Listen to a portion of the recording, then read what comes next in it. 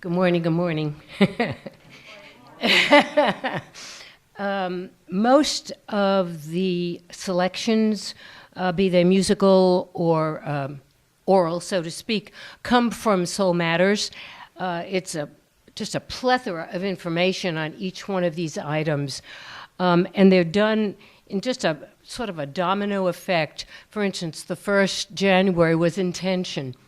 February was perseverance of that intention, possibly, and now balance of the intention and the perseverance. It all just flows together.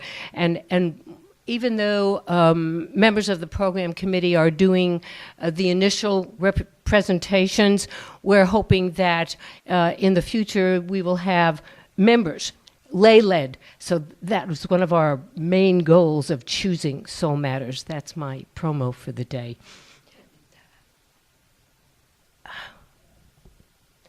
I'd like to read, first of all, Joni Mitchell. Oh my gosh. I almost picked Joan Collins, who also does an incredible version of it, but because Joni Mitchell wrote it, I felt it was important that we heard her sing it.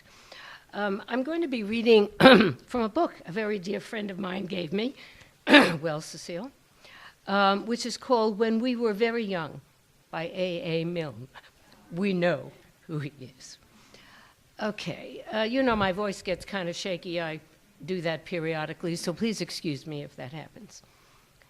It's called Halfway Down. Halfway down the stairs is a stair where I sit. There isn't any other stair quite like it. I'm not at the bottom. I'm not at the top. So this is the stair where I always stop. Halfway up the stairs isn't up, and it isn't down. It isn't in the nursery. It isn't in the town. And all sorts of funny thoughts run round my head. It isn't really anywhere. It's somewhere else instead. And all of this has to do with balance. We could talk about that physically, psychologically, every which way that our minds and our bodies go. So I'm just going to hopefully cover obviously very, very small bit of it, but hopefully it will be something that you will find that you can accept or put into your life or balance. That's very presumptuous of me, of course. I would like to read, I couldn't make up my mind, the chalice reading, par for the course. So I have one in, of course, the program, but I'd like to read one that I felt was also very appropriate. It's returning to center. We come with the weight of life, held quietly in the secret spaces of our heart. The ballast of our spirits so easily shifts and knocks as off-center. Into this place we walk, hoping to find a voice, a song, a moment of sacred silence that will bring us back to balance, that will anchor us again in beauty, trust, and connection. We light our chalice this morning, and we did. In gratitude for many ways we help each other return home. I like it. I looked up the definition of balance. Well, you could go on forever, couldn't you? In the 1570s, the word balance meant be equal with. Then in the 1630s, it was bring or keep in equilibrium. And then in 1833, they're very specific with these dates, keep oneself in equilibrium. So chew on that for a little bit. Oh, they're not there. Where are they? Yes. Ah. Yes, I panicked there for a minute. Ah! Our 7 pieces of Unitarianism talk about balance. I was going to read them all. I'm not going to. But if you look at each one of those, it's a balance. What do we do with ourselves? Why are we here? And that doesn't mean we take all 7 of them and try to balance them all at once. That would be chaos, of course. But to work on each one in an individual way and maybe bring in another one, you know, that ebb and flow. I think it's very important to remember that's why we're here, because we believe in those 7 tenets, and we try to balance them as best as we can.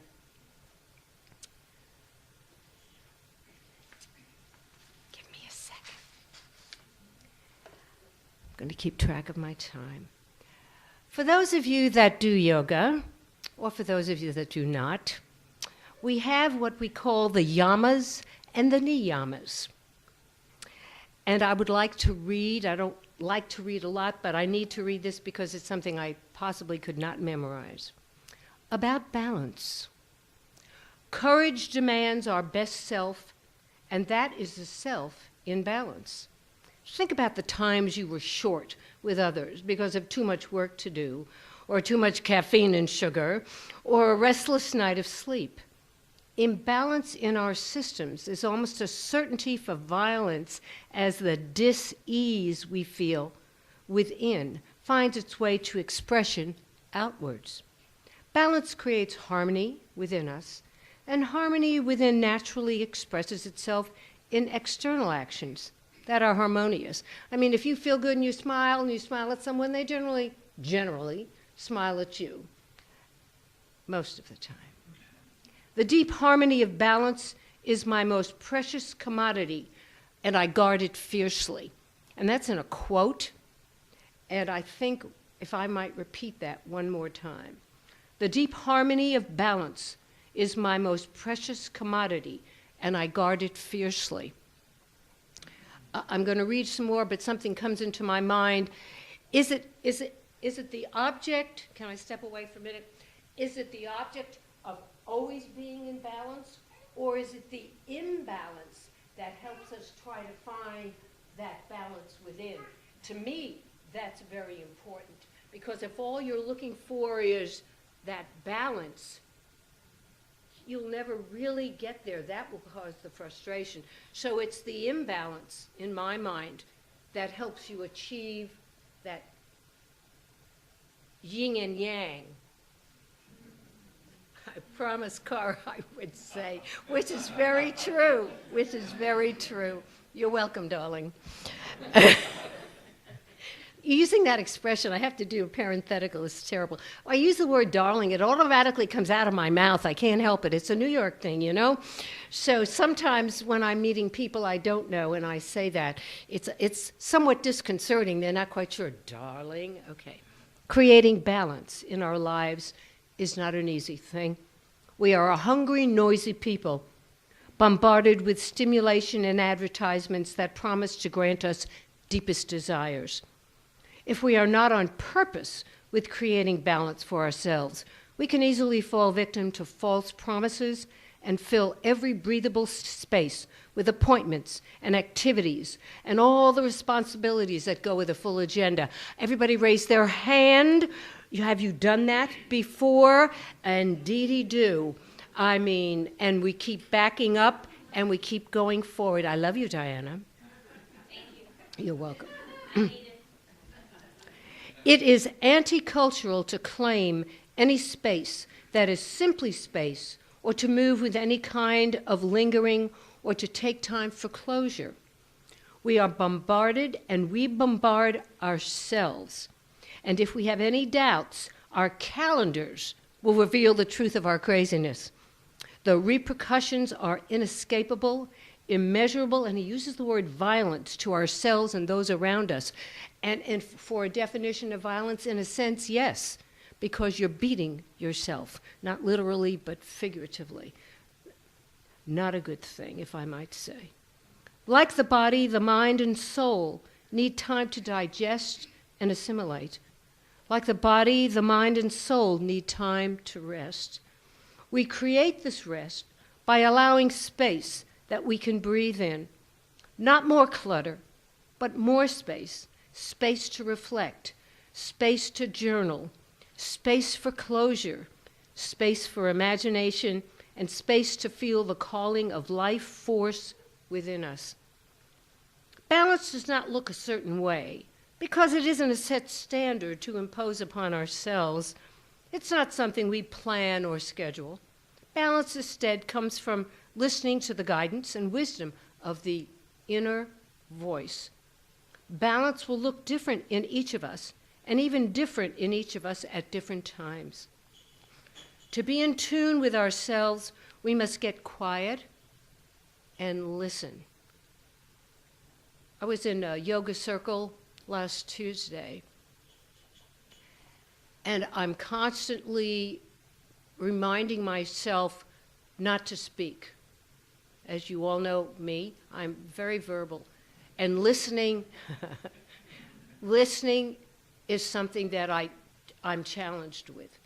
And listening is a part of that, I think, balance, if I might continue. This voice does not push or bombard or make promises. This inner wisdom simply knows what we need to be vital, healthy, and in deep harmony. And I'm going to finish up with a paragraph, and then we're going to watch a video, which takes about 10 minutes. No speaking in it. Balance. Let me finish here. Balance is like this. Spreading ourselves thin looks impressive, but in the end, we are the first to lose. The health and well-being of our body, mind, and spirit is a powerful resource, and by keeping ourselves in balance, we can stride through life with greater competence and ease. We are primed to win as we meet life from an inner place of harmony. When we are in balance, we automatically live in non-violence. And Robert, if you would be so kind, that would be great.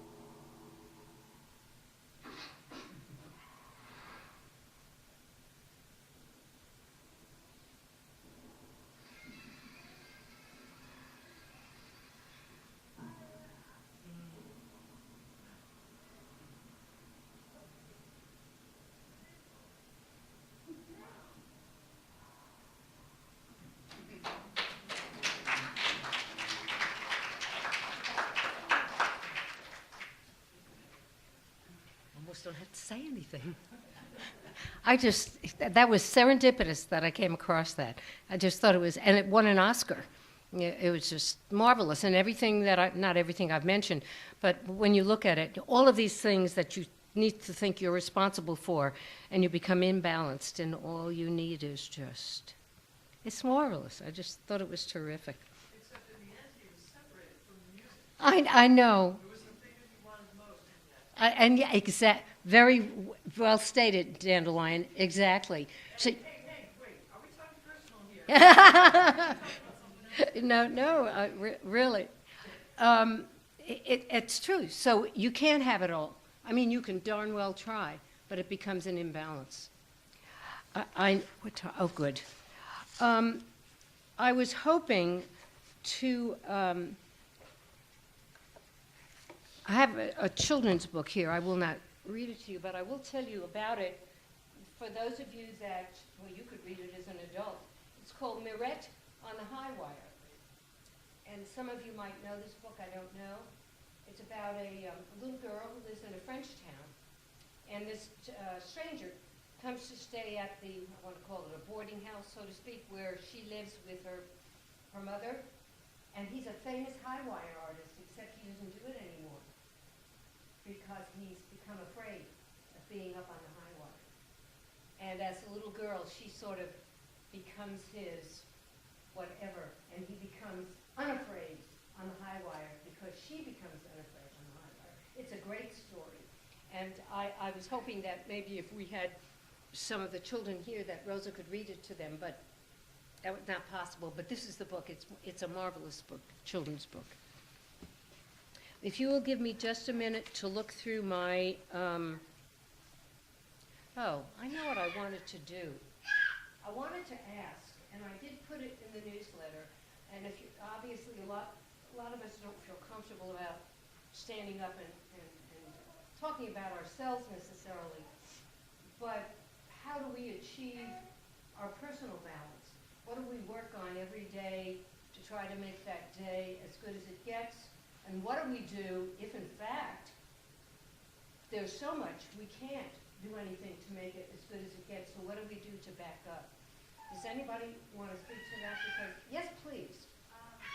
Well, I'm in therapy, so therapy helps a lot with like balancing my emotions and stuff because I have someone to talk to. Yes. But something that she's trying to have me do is write 2 positive things of the day down. So sometimes I forget, but then the next day I'll always pick myself back up and say, what were the 2 positive things for yesterday? So that's something that's really tried to like let my mind be more focused on the positive rather than the negative because that tend to get lost in the negative on the pessimistic.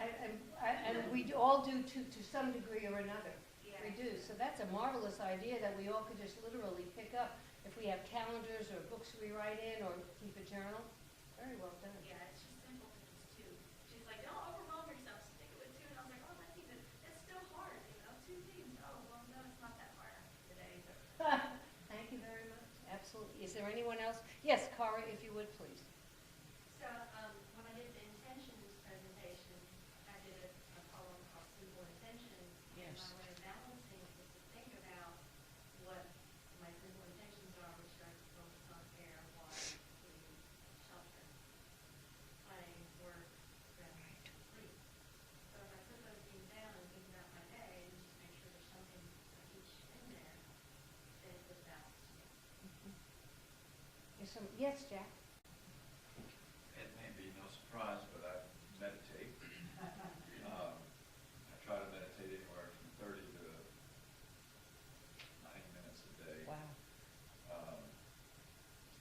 I think I find it very helpful to just kind of calm the monkey mind for short periods of time, which is about all that I can do. There are various exercises that we do as well. And one of the most beneficial exercises that I've found is gratitude exercises, to cultivate gratitude. How wonderful. Yes, please. So I'll give you my friend's saying before I start. It brings everything back into perspective. This is a first world problem. Amen.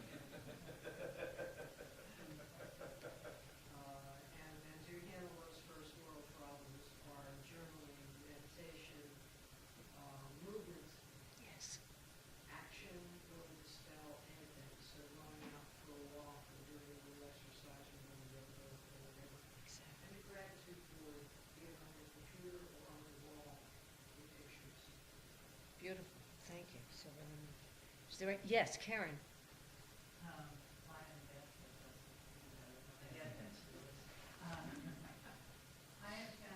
that I sometimes think I'm much younger than I am, and so when you say balance, I find that I've had to redo balance, and I don't think we should think of it as sort of, this is what I need, period, is balance. I think it changes during different stages of my Yes. life.